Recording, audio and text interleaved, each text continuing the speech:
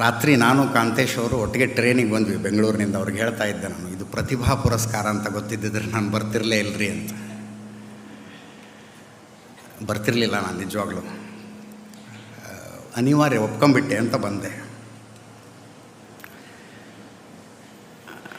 ಕಾರಣ ಇಷ್ಟೇ,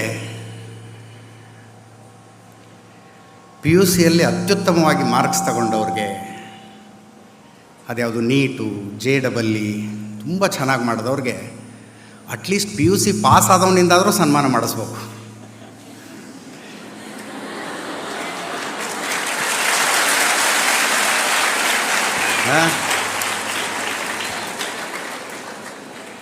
ಕಾಂತೇಶ್ ಅವರೇ PUC ಫೇಲ್ ನಾನು, ನೀವು ಪ್ರತಿಭಾ ಪುರಸ್ಕಾರ ಅಂಥೇಳಿ ನನ್ನ ಹತ್ರ ಸನ್ಮಾನ ಮಾಡಿಸಿರೋ ವಿದ್ಯಾರ್ಥಿಗಳಿಗೆ ಏನು ಮೆಸೇಜ್ ಕೊಟ್ಟಂಗಾಗುತ್ತೆ ರೀ ಅಂತಂದೆ ನಾನು. ಅದಕ್ಕೆ ನಾನು ಈ ಪ್ರತಿಭಾ ಪುರಸ್ಕಾರ ಅಂದರೆ ಇಲ್ಲ ಸರ್ ಬ್ಯುಸಿ ಇದ್ದೀನಿ ಅಂದ್ಬಿಡ್ತೀನಿ ನಾನು. ಅಷ್ಟುದ್ದ ಪರಿಚಯ ಹೇಳಿದಾರಲ್ಲ, ಆ ಪರಿಚಯದಲ್ಲಿ ಮಿಸ್ ಆಗಿದ್ದ ಪಾರ್ಟ್ ಅದು.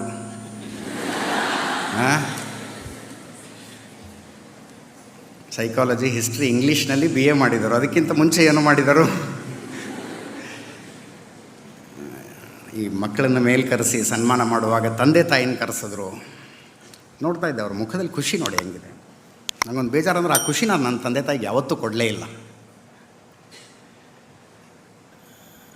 ಖುಷಿ ಕೊಡಲಿ ಸಮಾಧಾನ ಸಹಿತ ಕೊಡಲಿಲ್ಲ ನಾನು ಜರ್ನಲಿಸಮಿಗೆ ಬಂದ ಮೇಲೆ ಮೊದಲ ವರದಿ ಒಬ್ಬ ಮಿನಿಸ್ಟರ್ ವಿರುದ್ಧ ಭ್ರಷ್ಟಾಚಾರ ಮಾಡಿದ್ದಾರೆ ಅಂತ. ಮಿನಿಸ್ಟರು ಹುಬ್ಳಿಯವರು, ನಮ್ಮದು ಹುಬ್ಳಿ ಪಕ್ಕ ಹಳ್ಳಿ. ನಮ್ಮದು ರೇರ್ ಸರ್ನೇಮ್ ಹನುಮಕ್ಕನವರಂತ, ಅಜಿತ್ ಹನುಮಕ್ಕನವರಂತ ಬೈಲೈನ್ ಪ್ರಿಂಟ್ ಆಗಿಬಿಡ್ತು. ಆ ಮಿನಿಸ್ಟರ್ ಕಡೆ ಜನ ಹುಡುಕಂಡು ನಮ್ಮ ಮನೆಗೆ ಹೋಗ್ಬಿಟ್ರು. ಆವತ್ತು ನಮ್ಮಪ್ಪ ಫೋನಲ್ಲಿ ಹೇಳಿದ್ದು, ನಮ್ಮನ್ನು ನೆಮ್ಮದಿಯಾಗಿ ಇರೋಕ್ಕಾರ ಯಾವಾಗ ಬಿಡ್ತೀಯ ನೀನು ಅಂತ. ನಾನು ತಂದೆ ತಾಯಿಯನ್ನು ಪ್ರೌಡ್ ಫೀಲ್ ಮಾಡಿಸೋದು ಹೋಗಲಿ, ಅಷ್ಟು ತಲೆ ಕೆಡಿಸ್ಬಿಟ್ಟಿದ್ದೀನಿ ನಾನು. ಈಗೊಂದು ಸ್ವಲ್ಪ ಏನೋ ಅನ್ಕೋತಾರೆ, ಅಜಿತ್ ಹನುಮಕ್ಕನವರ ನಮ್ಮ ಮಗ ರೀ ಅಂತ ಹೇಳ್ಕೊತಾರೆ. ಈಗ ಇದ್ದಿದ್ರಲ್ಲಿ ಸಮಾಧಾನ. ಅದಕ್ಕೆ ನಾನಿವತ್ತು ಆಡುವ ಮಾತುಗಳು ನಿಮ್ಮ ಕ್ಲಾಸ್ಗಳಲ್ಲಿ ಯಾರು ತುಂಬ ಚೆನ್ನಾಗಿ ಓದ್ತಾ ಇದ್ದೀರಲ್ಲ ಅವ್ರಿಗೊಂದು ಎಚ್ಚರಿಕೆ ಅಂತ ಅಂದ್ಕೊಳ್ಳಿ. ಮತ್ತು ಯಾರು ನಿಮ್ಮನ್ನು ನೀವು ಭಾಳ ದಡ್ರು ಅಂದ್ಕೊಂಡಿದ್ದೀರಿ, ಅಥವಾ ನಿಮ್ಮ ಲೆಕ್ಚರರ್ ನಿಮ್ಮನ್ನು ದಡ್ರು ಅಂದ್ಕೊಂಡಿದ್ದಾರಲ್ಲ, ಅವರಿಗೆ ಒಂದು ಹೋಪ್ ಅಂತ ಅಂದ್ಕೊಳ್ಳಿ. ನನಗೆ ಲೈಫಲ್ಲಿ ಏನೋ ಒಂದು ಸಾಧಿಸಿದ್ಮೇಲೆ ನಾನು PUC ಫೇಲ್ ಆಗಿದ್ದೆ ಅಂತ ಹೇಳ್ಕೊಳ್ಳೋದು ಸಮಸ್ಯೆ ಅಲ್ಲ. ಮ್ಯಾಥ್ಸು, ಬಯಾಲಜಿ ನಾನು ಫೇಲ್ ಆಗಿದ್ದು.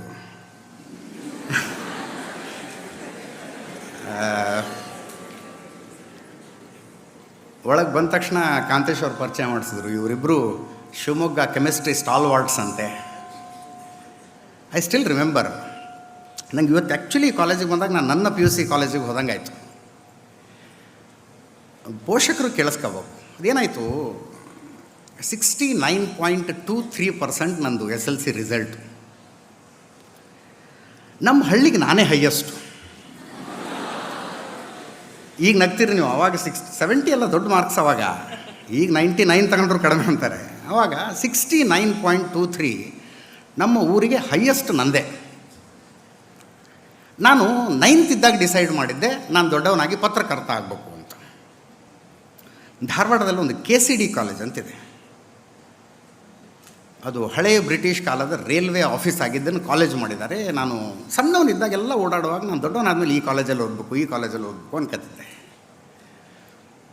SLC ರಿಸಲ್ಟ್ ಬಂದ ತಕ್ಷಣ ನಾನು ಆ ಕಾಲೇಜಿಗೆ ಹೋಗಿ ಒಂದು ಅಪ್ಲಿಕೇಶನ್ ಫಾರ್ಮ್ ತಗೊಂಡ್ಬಂದು ಮನೇಲಿ ಹೇಳಿದೆ, ನಾನು PUC ಆರ್ಟ್ಸ್ ಜಾಯ್ನ್ ಆಗ್ತಿದ್ದೀನಿ, ನಾನು ಮುಂದೆ ಪತ್ರಕರ್ತ ಆಗಬೇಕು. ನಮ್ಮ ಮನೇಲಿ ರಣರಂಗ. ನಮ್ಮಪ್ಪ ಮನೆತನದ ಮರ್ಯಾದೆ ಏನಾಗುತ್ತೆ ಅಂದ್ಬಿಟ್ರು. ಊರಿಗೆ ಹೈಯೆಸ್ಟ್ ಮಾರ್ಕ್ಸ್ ತಗೊಂಡವನು ಆರ್ಟ್ಸಿಗೆ ಹೋದರೆ ಮನೆತನದ ಮರ್ಯಾದೆ ಏನಾಗುತ್ತೆ. ಹಠಕ್ಕೆ ಬಿದ್ದು ಕರ್ಕೊಂಡು ಹೋಗಿ ನನ್ನನ್ನು ಹುಬ್ಬಳ್ಳಿಯ ಕೋತಂಬರಿ ಕಾಲೇಜಿಗೆ ಸೈನ್ಸ್ಗೆ ಹಾಕಿದ್ರು. ಈ ಕೆಮಿಸ್ಟ್ರಿ ಸ್ಟಾಲ್ ವಾರ್ಡ್ಸ್ಗಳು ಅನ್ನಲ್ಲ. PUC ಫಸ್ಟ್ ಇಯರಿಗೆ ನನ್ನ ಫಸ್ಟ್ ಕ್ಲಾಸ್ ಕೆಮಿಸ್ಟ್ರಿ. ಕರ್ಕಿ ಅಂತ lecturer. I can never forget that class. ಮರೆಯೋಕ್ಕೆ ಆಗಲ್ರಿ ಅದನ್ನ ಲೈಫಲ್ಲಿ. ಈ ಹಚ್ಚೇವು ಕನ್ನಡದ ದೀಪ ಬರೋದ್ರಲ್ಲ, DS ಕರ್ಕಿ ಕವಿ, ಅವ್ರ ಮಗ ನಮಗೆ ಲೆಕ್ಚರರ್. ಆ ಮನುಷ್ಯ ಅದು ಏನಾದ್ರೆ ದಿನ ಪಾಪ ಅಗೌರವದಿಂದ ಮಾತಾಡ್ತೀನಿ ಅಂತಲ್ಲ, ಭಯಂಕರ ಸಿಟ್ಟು, ಯಾವಾಗಲೂ ಉರಿ ಉರಿ ಉರಿ ಉರಿ ಅನ್ನೋದು. ಅದು ಬೇರೆ ಫಸ್ಟ್ ಕ್ಲಾಸ್ ನಂದು. ಬಂದ ತಕ್ಷಣ ಈಗ ಗೊತ್ತಲ್ಲ introductory class. Chemistry is in every walk of our life, you know. ನಮ್ಮ ಜೀವನದಲ್ಲಿ ಎಲ್ಲ ಕಡೆ ಕೆಮಿಸ್ಟ್ರಿ ಇರುತ್ತೆ. ಹಂಗೇನೋ ಶುರು ಮಾಡ್ಕೊಂಡ್ರು. ನನಗೆ ಫಸ್ಟ್ ಆಫ್ ಆಲ್ ನಾನು ಇಲ್ಲಿ ಇರಬಾರ್ದಾಗಿತ್ತು, ಇಲ್ಲಿ ಇದ್ದುಬಿಟ್ಟಿದ್ದೀನಿ ಅಂತ. ಅವ್ರು ಹಿಂಗೆ ಕರೆಕ್ಟಾಗಿ ನಾನು ಒಂದು ಸಲ ಹಿಂಗೆ ಆಕಳಿಸೋದಕ್ಕೂ ಅವ್ರು ನಾನು ನೋಡೋದಕ್ಕೂ ಕರೆಕ್ಟ್ ಆಗ್ಬಿಡ್ತು. ಅವತ್ತು ಅದು ಹೆಂಗಾಯ್ತು ಅಂದರೆ ನನ್ನೇ ನೋಡಿ ಯು ಸ್ಟ್ಯಾಂಡಪ್ ಅಂದರು. ನಿಮಗೂ ಹಿಂಗೆ ಯಾರು ಯು ಸ್ಟ್ಯಾಂಡಪ್ ಅಂದ್ರೆ ಅಕ್ಕಪಕ್ಕದವ್ರು ಯಾರು ಕರೆದಿರ್ಬೇಕು ಅಂದ್ಕೊಂಡು ಸುಮ್ಮನೆ ಕೂತ್ಕೊತಿರಲ್ಲ, ಹಂಗೂ ನಾನು ಕೂತ್ಕೊಂಡೆ. ಅದು ನೋಡಿ ಮತ್ತೆ ನನ್ನೇ ಪಾಯಿಂಟ್ ಮಾಡಿ ಯು ವಿಲೇಜ್ ಬಾಯ್ ಸ್ಟ್ಯಾಂಡಪ್ ಅಂದರು. ಹಳ್ಳಿ ಹುಡುಗರು ನಾವು ಇರ್ತಿದ್ದೆ, ಹಂಗೆ ಇರ್ತಿದ್ದು. ನೋಡಿದ ತಕ್ಷಣ ಯು ವಿಲೇಜ್ ಬಾಯ್ ಸ್ಟ್ಯಾಂಡಪ್ ಅಂತ. ಅವರು ಎಲೆಡ್ಕೆ ಹಾಕ್ಕೊಂಡ್ರೆ ಬಾಯಿ ಯಾಕೆ ಕೆಂಪಾಗತ್ತೆ ಗೊತ್ತಾ ಅಂದರು. He wanted to explain chemistry ಪಾಪ. ಅದೇನೋ ಕ್ಯಾಲ್ಶಿಯಮ್ ಇರುತ್ತೆ, ಅದೇನೋ ಆ್ಯಕ್ಟಿಂಗ್ ಮಾಡುತ್ತೆ, ಏನೋ ಒಂದು ಹೇಳಬೇಕಾಗಿತ್ತು ಅವ್ರಿಗೆ. ಎಲೆಡ್ಕೆ ತಿಂದರೆ ಬಾಯಿ ಯಾಕೆ ಕೆಂಪಾಗುತ್ತೆ ಗೊತ್ತಾ ಅಂದರು. ನನಗೆ ನಂದು ಸೊಕ್ಕೆ ಎಡಸೊಕ್ಕದು. ಸರ್ ನಿಮಗೆ ಗೊತ್ತು, ನೀವು ತಿಂದರೂ ಕೆಂಪಾಗತ್ತೆ, ನನಗೆ ಗೊತ್ತಿಲ್ಲ, ನಾನು ತಿಂದರೂ ಕೆಂಪಾಗತ್ತೆ.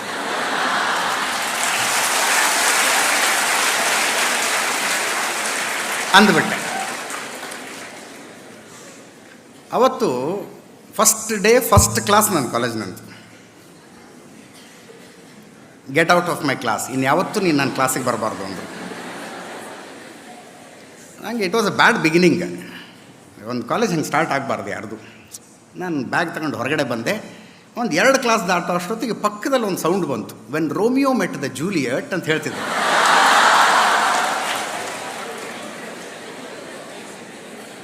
ನಾನು ಇದೇನೇ ಚೆನ್ನಾಗಿದೆಯಲ್ಲ ಅನ್ನಿಸ್ತು. ಅಲ್ಲೋಗಿ ನಾ ಕಮಿನ್ ಸರ್ ಅಂದೆ.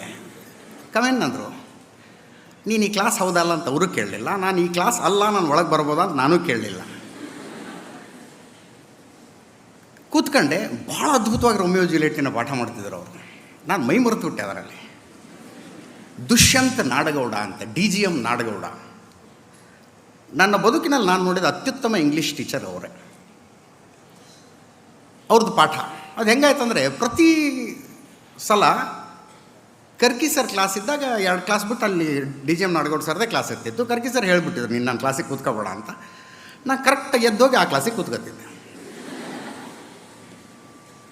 ಹಿಂಗೆ ಶುರುವಾಗಿದ್ದು ನನಗೆ. ಅಂದರೆ I should not be here but I am here by force ಅನ್ನೋದು ನನ್ನ ತಲೆಯಲ್ಲಿ ಹೆಂಗೆ ಬಂದುಬಿಟ್ಟಿತ್ತು ಅಂದರೆ, ನಾನು ಪತ್ರಕರ್ತ ಆಗಬೇಕು ಅಷ್ಟೇ.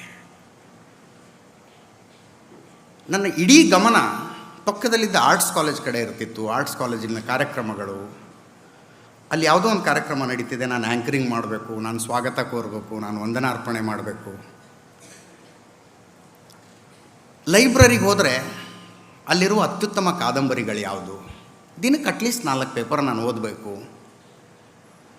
ಕರೆಂಟ್ ಅಫೇರ್ಸ್ ನಾನು ಅಪ್ಡೇಟ್ ಆಗಿರಬೇಕು. ಭಾಷಣ ಸ್ಪರ್ಧೆ ಅಂದರೆ ಅಜಿತ್ ಹನುಮಕ್ನವ್ರು ಬಂದಿದ್ದಾನಂದರೆ ಇನ್ಯಾರೂ ಫಸ್ಟ್ ಪ್ರೈಸ್ ಇನ್ಯಾರಿಗೂ ಇಲ್ಲ ಬಿಡು ಅನ್ನೋಷ್ಟು ಎಕ್ಸ್ಪರ್ಟ್ ಆಗಬೇಕು. ನಾನು ಅಷ್ಟು ಕಾನ್ಸಂಟ್ರೇಷನ್ ಹಾಗೆ ಇತ್ತು. ಹಿಂಗಿದ್ದವ್ರು ಪಾಸ್ ಆಗೋಕ್ಕೆ ಹೆಂಗೆ ಸಾಧ್ಯ? Maths, biology. ಇವತ್ತು ನಾನು ಅನ್ಕೋತೀನಿ, ಒಂದು ವೇಳೆ ನಾನು PUC ಪಾಸ್ ಆಗಿಬಿಟ್ಟಿದ್ರೆ ಏನಾಗ್ತಿತ್ತು. ಇಂಜಿನಿಯರಿಂಗ್ ಅಂತೂ ಸಿಗ್ತಿರಲಿಲ್ಲ, ದಟ್ ಈಸ್ ಸೆಕೆಂಡ್ರಿ. ಮೆಡಿಕಲ್ ಕನಸು, ನಾನು CET ಬರೀಲಿಲ್ಲ. ಅಟ್ಲೀಸ್ಟ್ ಮರ್ಯಾದೆ ಪ್ರಶ್ನೆ ಅಂತ BScಗಾರು ಹಾಕ್ತಿದ್ರ ನಮ್ಮಪ್ಪ. BScಗಾರು ಹಾಕ್ತಿದ್ರ, ಮುಂದೆ ಗೊತ್ತಿಲ್ಲ. ಅದಕ್ಕೆ ನಾನು ಅಂದ್ಕೊಳ್ಳೋದು, ಫೇಲ್ಯೂರ್ ಅಂತ ಯಾವುದು ನಿಮ್ಗೆ ಅನಿಸುತ್ತಲ್ಲ, ಸೋಲು ಅಂತ ಯಾವುದು ಅನಿಸುತ್ತಲ್ಲ, ಅದು ನಿಮಗೇನೋ ಒಳ್ಳೇದು ಮಾಡೋಕ್ಕೆ ಬಂದಿರುತ್ತೆ.